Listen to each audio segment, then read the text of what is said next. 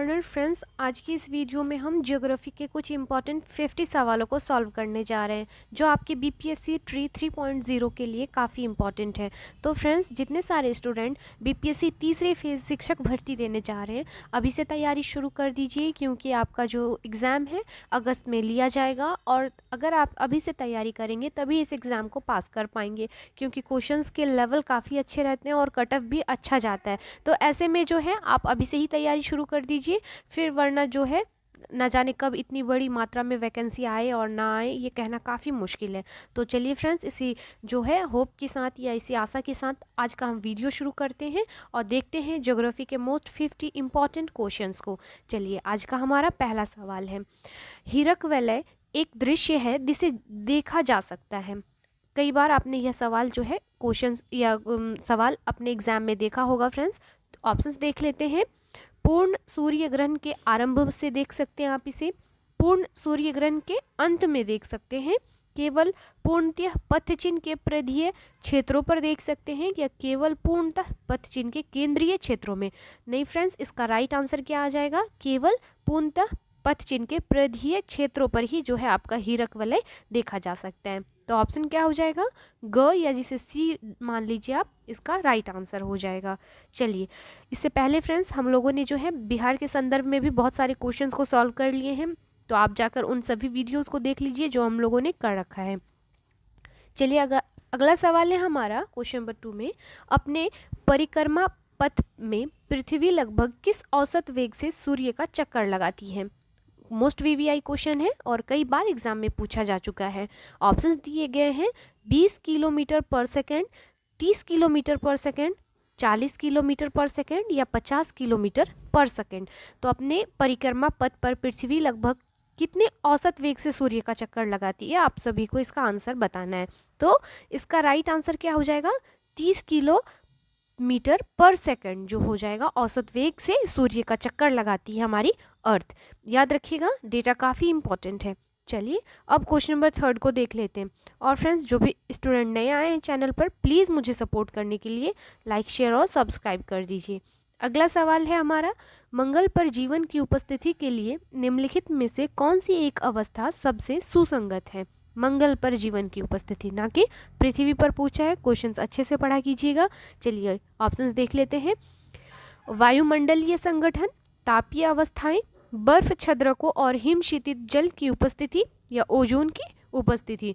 तो आपको बताना है कि मंगल पर जीवन या लाइफ की उपस्थिति के लिए कौन सी एक अवस्था सबसे सुसंगत है, यानी राइट है।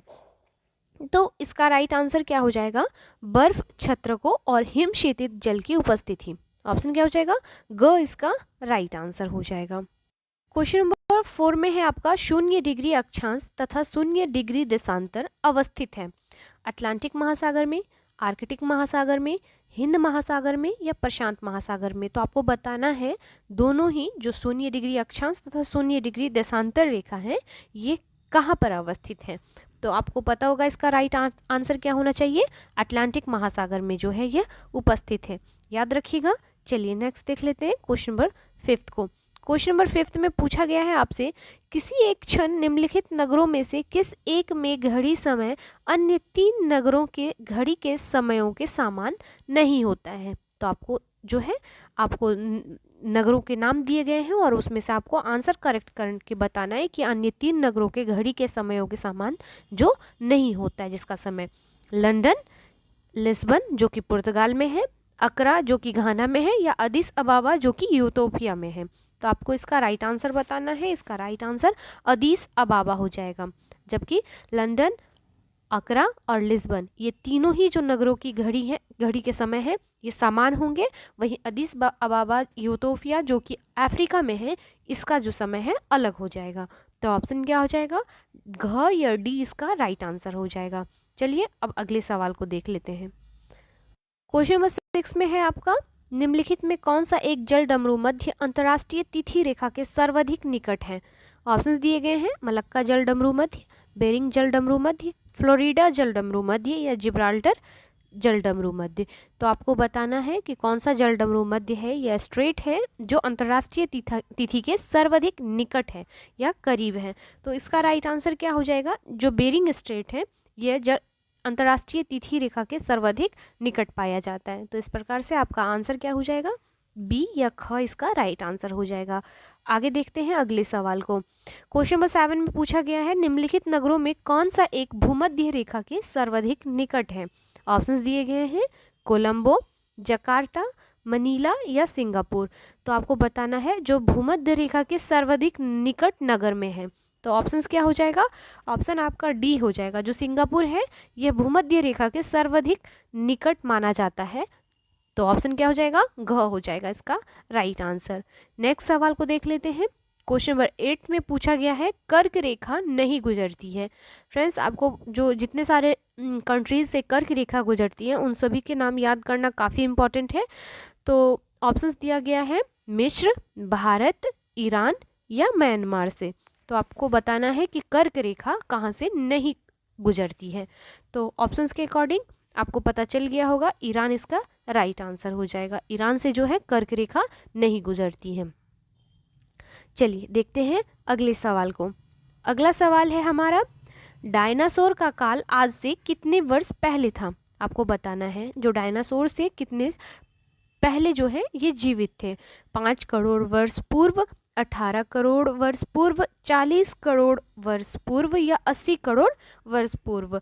तो जो डायनासोर का काल था ये लगभग माना जाता है 18 करोड़ वर्ष पूर्व।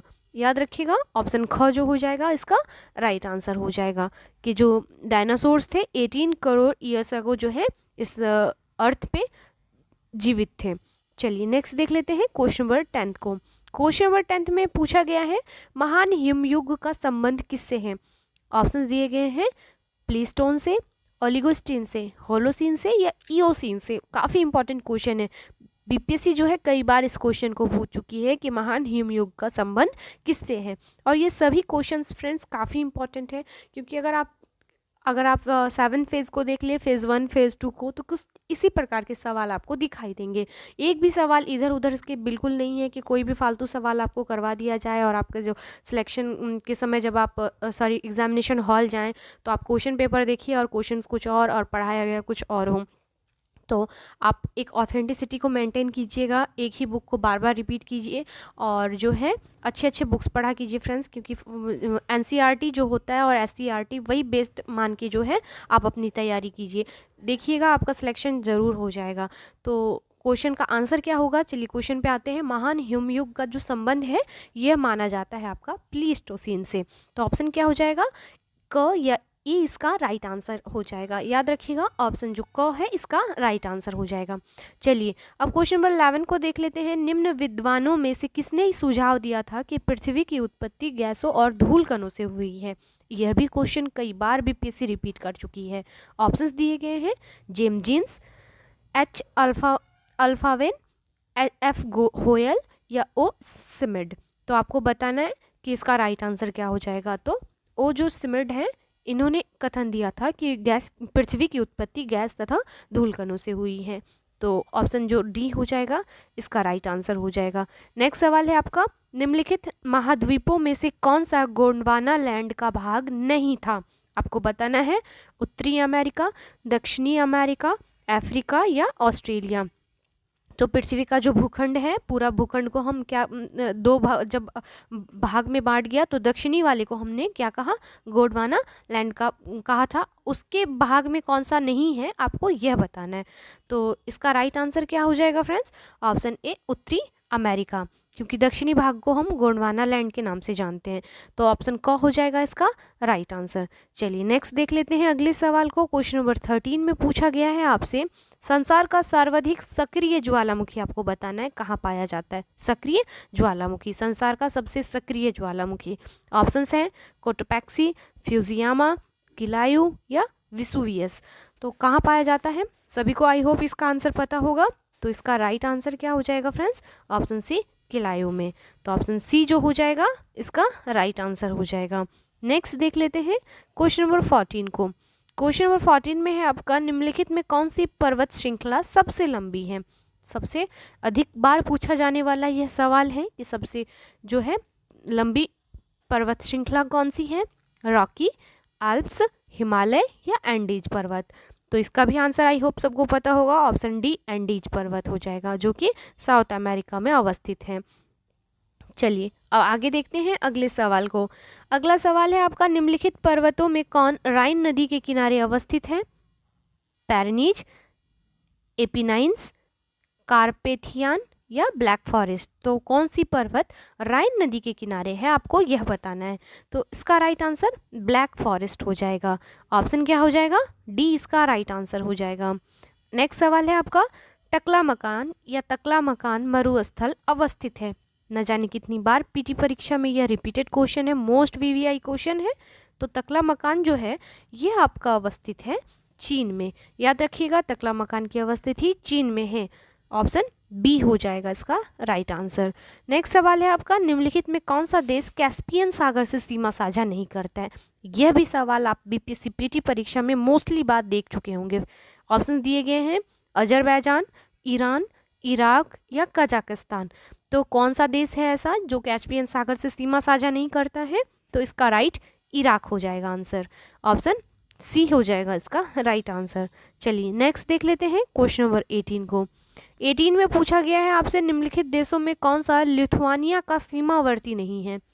बात कर ले लिथुआनिया की, तो इसके समीपवर्ती जो आपका क्षेत्र नहीं है आपको बताना है कौन सा है। पोलैंड, यूक्रेन, बेलारूस या लातविया। तो इसका राइट आंसर क्या हो जाना चाहिए? Option B Ukraine. नेक्स्ट देख लेते हैं क्वेश्चन नंबर 19 को। भारत और चीन के अतिरिक्त निम्नलिखित में कौन से समूह में दिए गए म्यांमार के सीमावर्ती हैं? आपको बताना है जो म्यांमार के साथ सीमा साझा करता है भारत और चीन के अतिरिक्त, तो वो समूह आपको चुनना है फ्रेंड्स। तो अगर आप कंट्रियों को आसानी जो आराम से देखिएगा तो पाइएगा जो थाईलैंड, लाओस और बांग्लादेश है, ये सभी कंट्रीज जो हैं या कंट्रियों के समूह जो हैं म्यांमार के सीमावर्ती हैं। तो क्या हो जाएगा? घ इसका राइट आंसर हो जाएगा। याद रखिएगा फ्रेंड्स, काफ़ी मोस्ट इम्पॉर्टेंट वीवीआई क्वेश्चन है। चलिए क्वेश्चन नंबर 20 में आपका, निम्नलिखित में कौन सा एक देश भौगोलिक रूप से अमेरिका में स्थित होने पर भी राजनीतिक दृष्टि से यूरोप का भाग है? मोस्ट वीवीआई क्वेश्चन है। याद रखिएगा कि भौगोलिक रूप से अमेरिका में स्थित है लेकिन यह राजनीतिक दृष्टि से यूरोप का है। यह क्वेश्चन भी घुमा फिरा के दूसरे तरीके से बीपीएससी पीटी परीक्षा में पूछा गया है। ऑप्शंस देख लेते हैं, आइसलैंड, कैनरी आइसलैंड, ग्रीनलैंड या क्यूबा। तो आई होप सबको आंसर पता हो जाना चाहिए, ये ग्रीनलैंड है। ऑप्शन क्या हो जाएगा? बी हो जाएगा, सॉरी सी हो जाएगा इसका राइट आंसर। नेक्स्ट देख लेते हैं क्वेश्चन नंबर 21 को। निम्नलिखित देशों में कौन सा एक स्थल रुद्ध है? आपको बताना है जो लैंड लॉक्ड कंट्री है वह कौन सा है। बोलीविया, पेरू, सूरीनाम या उरुग्वे। तो इसका राइट आंसर क्या हो जाएगा? ऑप्शन ए जो बोलीविया है यह एक स्थल रुद्ध या लैंडलॉक्ड कंट्री है। नेक्स्ट देख लेते हैं क्वेश्चन नंबर 22 को। निम्नलिखित में कौन सी एक झील तंजानिया और युगांडा के बीच अंतर्राष्ट्रीय सीमा बनाती है? ऑप्शंस दिए गए हैं, चाड, मलावी, विक्टोरिया या जाम्बेजी। तो इसका राइट आंसर क्या हो जाएगा? ऑप्शन सी विक्टोरिया जो है आपका झील तंजानिया और युगांडा के बीच अंतर्राष्ट्रीय सीमा बनाती है। मोस्ट वीवीआई क्वेश्चन है ये। अगला सवाल है, रियो ग्रांडे नदी सीमा बनाती है किन किन देशों के मध्य? आपको यह बताना है। तो जो रियो ग्रांडे नदी है यह सीमा बनाती है आपके मैक्सिको एवं संयुक्त राज्य अमेरिका के मध्य। याद रखिएगा मैक्सिको तथा यूएसए के बीच जो है रियो ग्रांडे नदी अपनी सीमा साझा करता है या सीमा बनाता है। नेक्स्ट सवाल है आपका, म्यांमार की प्रशासनिक राजधानी कौन सी है? बेसिन, मांडले, मित्किना या पियन माना। तो आपको ऑप्शंस देखकर बताना है, राइट आंसर ऑप्शन डी हो जाएगा। नेक्स्ट देख लेते हैं क्वेश्चन नंबर 25 को। दक्षिण पश्चिम एशिया का निम्नलिखित में कौन सा एक देश भूमध्य सागर तक फैला नहीं है? ऑप्शंस दिए गए हैं, सीरिया, जॉर्डन, लेबनान या इजराइल। तो इसका राइट आंसर क्या हो जाएगा? ऑप्शन बी जॉर्डन हो जाएगा, जो दक्षिण पश्चिम एशिया का जो है एक देश है भूमध्य सागर तक फैला नहीं है। तो ऑप्शन क्या हो जाएगा? ख हो जाएगा इसका राइट आंसर। नेक्स्ट देख लेते हैं क्वेश्चन नंबर 26 को। निम्नलिखित समुद्री धाराओं में कौन हिंद महासागर की धारा नहीं है? बताना है ऑप्शंस को देखकर। तो इसका राइट आंसर बेंगुएला का धारा हो जाएगा। जो बेंगुएला धारा है या करंट है, बेंगुएला करंट, यह हिंद महासागर की धारा नहीं है। वहीं ये तीनों की बात करें, अगुलहास, मोजाम्बिक, दक्षिण हिंद महासागरीय धारा की, तो यह जो हो जाएंगे हिंद महासागर की धारा है। नेक्स्ट देख लेते हैं क्वेश्चन नंबर 27 को। टर्की किन के मध्य स्थित है? तो जो तुर्की या टर्की की अवस्थिति है यह काला सागर और भूमध्य सागर के बीच की अवस्थिति है। तो याद रखिएगा ऑप्शन बी हो जाएगा इसका राइट आंसर। नेक्स्ट सवाल है, निम्नलिखित में कौन सी नदी भारत के पठारी भाग को मालवा और दक्कन के पठार में विभाजित करती है? तो बताना है कौन सी नदी भारत के पठारी भाग को मालवा और दक्कन के पठार में विभाजित करती है? तो यह जो नदी है यह आपकी नर्मदा नदी है। ऑप्शन जो सी हो जाएगा इसका राइट आंसर हो जाएगा। अगला सवाल है, निम्नलिखित में किस स्थान पर क्योटो प्रोटोकॉल में संशोधन स्वीकार किए गए थे? तो जहां पर क्योटो प्रोटोकॉल में संशोधन स्वीकार किए गए थे यह जगह था आपका दोहा। ऑप्शन क्या हो जाएगा? सी हो जाएगा इसका राइट आंसर। नेक्स्ट सवाल है आपका, रामसागर कन्वेंशन निम्नलिखित में किससे संबंधित है? काफी इजी सवाल है।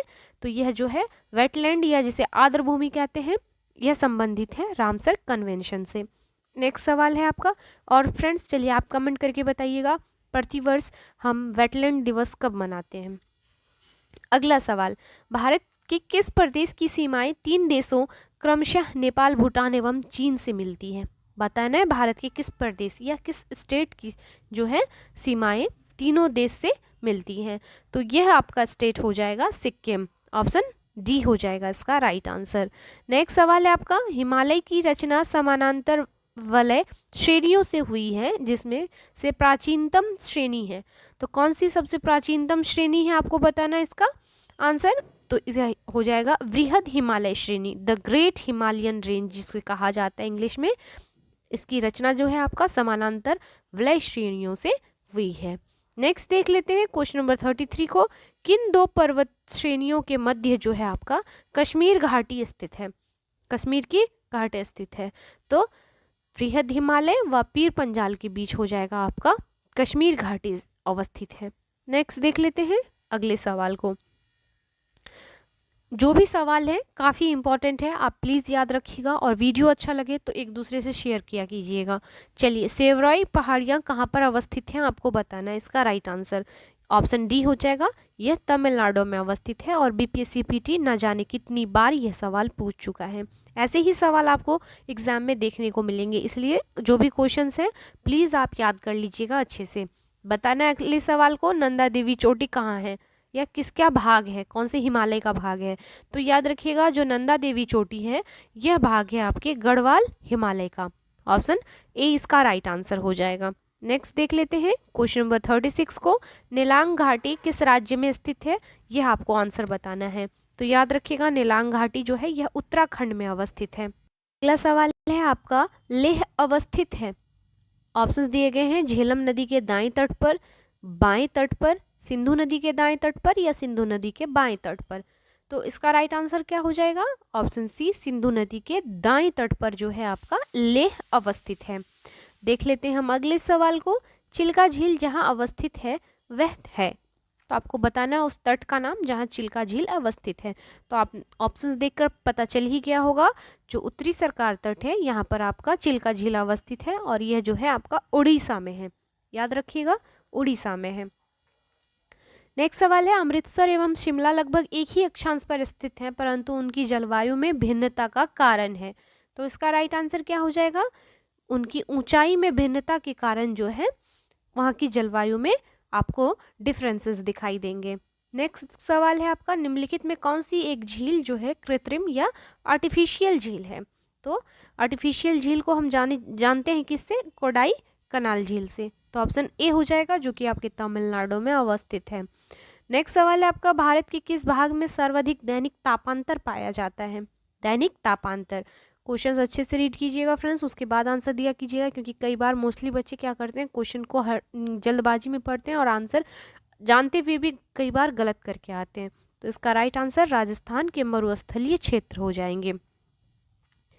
नेक्स्ट देख लेते हैं क्वेश्चन नंबर 42 को, भारत में लागत का अधिकतम लाभ देने वाली है, तो कौन देने वाली है? तो वर्षा के जल का संचयन। ऑप्शन क्या हो जाएगा? सी हो जाएगा। अगला सवाल है, हरियाली योजना किससे संबंधित है? आपको यह बताना है। तो यह जल प्रबंधन से जो है संबंध रखता है हरियाली योजना। नेक्स्ट है, सदाबहार क्रांति भारत में कृषि उत्पादन के बढ़ाने के लिए प्रयोग में लाई गई थी, और बताना है आपको किसके द्वारा यह लाया गया था सदाबहार क्रांति? तो MS स्वामीनाथन के द्वारा ही लाया गया था कृषि उत्पादन के बढ़ावे के लिए। नेक्स्ट सवाल है आपका, नॉर्मन अर्नेस्ट बोरलॉग जो हरित क्रांति के जनक माने जाते हैं, किस देश से संबंध है इनका? तो ये USA के हैं, या जिसे संयुक्त राज्य अमेरिका कहते हैं। नेक्स्ट सवाल, निम्नलिखित में कौन सी एक फसल बराक घाटी की महत्वपूर्ण फसल है? तो यह हो जाएगा पटसन। ऑप्शन ए हो जाएगा या क हो जाएगा, जिसे इंग्लिश में जूट कहा जाता है। नेक्स्ट है, राष्ट्रीय केला अनुसंधान केंद्र कहाँ है? आपको यह बताना है। तो जो राष्ट्रीय केला अनुसंधान केंद्र है यह चित्री में है, याद रखिएगा, ऑप्शन ए हो जाएगा। अगला सवाल, निम्नलिखित राज्यों में कौन सा जनवरी 2016 में भारत का प्रथम जैविक राज्य घोषित हुआ था? आपको बताना है भारत का प्रथम जैविक राज्य, तो यह है आपका सिक्किम। मोस्ट बार पूछा जाने वाला यह सवाल है। नेक्स्ट सवाल है आपका, भारत का सबसे महत्वपूर्ण खनिज युक्त शैल तंत्र कौन सा है? तो यह कौन है? धारवाड़ तंत्र माना जाता है। ऑप्शन बी हो जाएगा इसका राइट आंसर। अगला सवाल है, निम्नलिखित शैल तंत्रों में कौन भारत के कोयला भंडार का प्रमुख स्रोत है? धारवाड़ तंत्र, गोंडवाना तंत्र, कुडप्पा तंत्र या विंध्य तंत्र? तो आपको बताना है कोयला भंडार डिपॉजिट सबसे ज़्यादा कहाँ प्रमुख स्रोत पाया जाता है? तो इसका राइट आंसर ऑप्शन बी हो जाएगा।